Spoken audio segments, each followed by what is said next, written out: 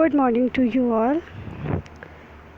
बच्चों, आज की क्लास में मैं आपको एक रिवीजन कराऊंगी सिर्फ चैप्टर नंबर 2 का। अभी तक के इस पूरे वीक में हमने फोनिक्स के बारे में जो जो सीखा है वो इस पूरी वीडियो में आपको दोबारा मिलेगा।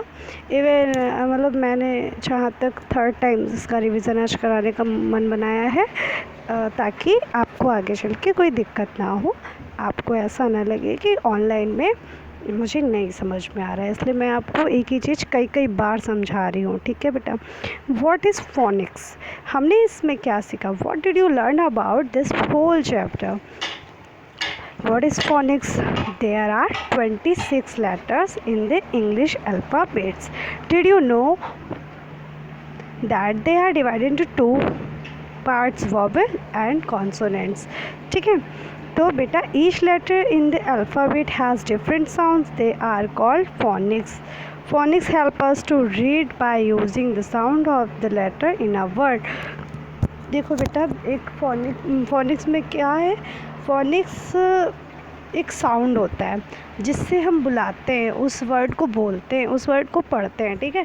और अल्फ़ाबेट में 2 पार्ट्स होते हैं, एक वॉवल होता है, एक कॉन्सोनेंट्स होता है। तो वॉवल्स कितने होते हैं? 5, ठीक है। A E I O U, ये 5 लेटर जो होते हैं वो वॉवल में आते हैं, ठीक है। ये जो 5 लेटर हैं वॉवल्स में आते हैं, इनके 2 साउंड होते हैं, एक लॉन्ग वॉवल साउंड, एक short vowel sound. Long vowel sound मतलब जिसे देर तक बोलते हैं, तेज़ी से बोलते हैं, ज़्यादा फोर्स करना पड़ता है, ठीक है।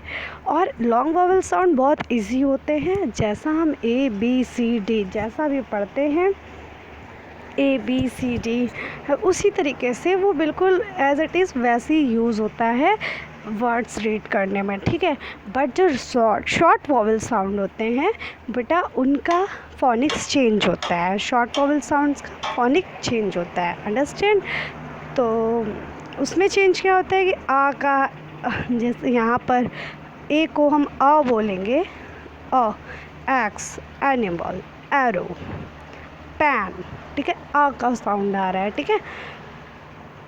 ई है लेकिन इसको लॉन्ग वॉवल साउंड में ई प्रोनाउंस करेंगे, बट शॉर्ट वॉवल में ए nest, man, net, let, egg, ये सब क्या है? E sound. तो ये चीज़ हो गई आपकी शॉर्ट वॉवल साउंड। इसके आगे मैंने सीखा लॉन्ग वॉवल साउंड के बारे में बता चुकी हूँ, और बिगनिंग कॉन्सोनेंट साउंड्स कि जैसे B सेज ब फॉर बैट, C से सा फॉर कैमल, D सेज ड फॉर डॉग, ये सारी चीज़ें। तो बच्चों मेरे, तो ये आप पढ़ोगे इस तरीके से। F सेज फ फॉर फिश, G सेज ग फॉर गुड, इस तरीके से आप पढ़ोगे, ठीक है, और मुझे सेंड करोगे, ओके। उसके बाद बच्चा मेरे, यहाँ पर हम लोगों ने ये सब एक्सरसाइजेस की थी और कॉन्सोनेंट ब्लेंड्स पढ़े थे हमने। कॉन्सोनेंट्स ब्लेंड्स, इसमें क्या है, आज का जो वर्क होगा आपका वो बहुत ही इंटरेस्टिंग होगा। मैंने आपको पहले भी ये चीज़ें बोली थी कि आप इसका एक ऑडियो क्लिप बनाओ, मतलब व्हाट्सएप पे ऑडियो रिकॉर्ड करके मुझे भेजो। तो आपने अब करना है वो काम, ठीक है। मैंने अभी तक मेंशन नहीं किया था, अब वो काम आपको करना है ज़रूर से ज़रूर, और अपनी प्यारी सी आवाज़ मैम को सुनानी है। अपना नाम लिख करके ज़रूर भेजना उसके साथ, और सब्जेक्ट, ठीक है। मैं आपकी सारी क्लिप्स सुनूंगी। तो कॉन्सोनेंट ब्लेंड्स के आपको ऑडियो रिकॉर्ड करके भेजनी है। और ये फ फॉर फ, F for for fish, J says ज फॉर जोकर, ओके, इस तरीके से, ठीक है। तो ये और 2 चीज़ों की आपको ऑडियो बनाकर, एक ही ऑडियो मैसेज आप करोगे, प्रेस होल्ड करना उसको, और उसमें एक साथ ही आप भेज देना, ओके। ये आपका होमवर्क रहेगा और इसको पढ़ने में बड़ा मज़ा आएगा।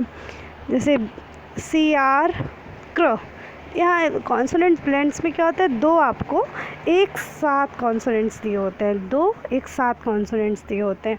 फिर से बता रही हूँ, ए ई आई ओ यू के अलावा जितने भी लेटर हैं वो सब कॉन्सोनेंट्स में आते हैं। तो एक साथ आपको जो कॉन्सोनेंट्स दिए हैं, बी आर ब्र, सी आर क्र, एफ एल फ्र, तो एफ एल फ्र as in flow, as in floor, ये सब कुछ आपको पढ़कर भेजना है बेटा। हमने आज ये चैप्टर एक बार फिर से पूरा पढ़ लिया है। अब तो मुझे पूरा विश्वास है आपको ये पूरा चैप्टर आ गया होगा। अगर आ गया है तो बोलना यस मैम, मुझे ये चैप्टर समझ में आया है, उसमें लिख कर भेजना yes I understand and thank you ma'am. ठीक है, okay, have a nice day, thank you for watching this video.